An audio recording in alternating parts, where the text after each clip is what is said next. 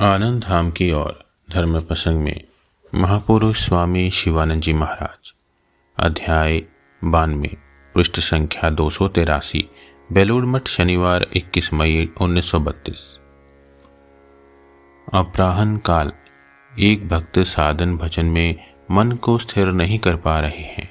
इसीलिए अत्यंत नैराश्य भाव प्रकट करते हुए उन्होंने महापुरुष महाराज से कहा, महाराज, प्रयत्न तो करता हूं किंतु मन स्थिर नहीं होता। क्या किया जाए? दया करके मुझे बताइए। मेरा क्या कुछ भी नहीं होगा? महापुरुष जी दृढ़ स्वर में बोले, बच्चा, छुट्टी तो अभी और भी 1.5 महीना शेष है। जैसा कहा है वैसा ही करके देखो ना।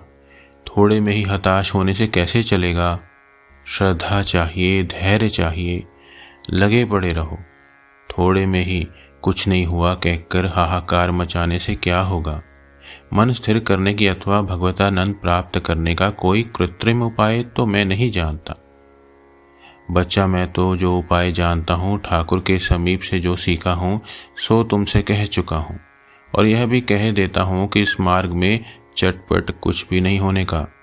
नियमित रूप से निष्ठा के साथ दिन पर दिन, मास पर मास, वर्ष पर वर्ष समान रूप से लगे रहना होगा। साधन भजन करना होगा। जो मन इतने समय तक विविध विषयों में बिखरा पड़ा रहा है, उसे अब धीरे धीरे समेट कर भगवान के चरणों में मग्न करना होगा। ठाकुर को पुकारो और लगे रहो। क्रमशः मन स्थिर होगा और आनंद पाओगे। कोई एक शक्ति है, यह तो मानते हो ना? तुम लोगों के लिए भगवान का सगुण साकार भाव ही ठीक है। उसमें सहज ही मन स्थिर हो सकेगा। मैं पहले ब्राह्मण समाज में जाया करता था।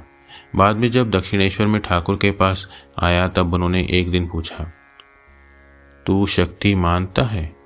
मैंने कहा, मुझे निराकार ही अच्छा लगता है, परंतु यह भी प्रतीत होता है कि एक शक्ति सर्वत्र ओतप्रोत होकर विद्यमान है। बाद में वे काली मंदिर में गए। मैं भी साथ साथ गया। वे तो मंदिर की ओर जाते जाते ही भावस्थ हो गए और मैं माँ के सामने जाकर बड़े भक्ति भाव से प्रणाम किया। यह देखकर मैं तो बड़े असमंजस में पड़ गया। काली की मूर्ति के सामने प्रणाम करने में पहले तो मन में थोड़ी हिचक सी मालूम हुई, किंतु साथ ही मन में उपाय आया, ब्रह्म तो सर्वव्यापी है। तब तो वे इसी मूर्ति के भीतर भी रहते हैं, अतएव प्रणाम करने में कोई हर्ज नहीं। मन में यह आते ही मैंने भी प्रणाम किया। उसके बाद ठाकुर के पास जितना अधिक आने जाने लगा, उतना ही धीरे धीरे साकार में पूर्ण विश्वास हो गया। मेरा महाभाग्य है कि मैंने ठाकुर का पुण्य संग प्राप्त किया है, उनकी कृपा पाई है। ओम श्री राम कृष्णार्पणमस्तु।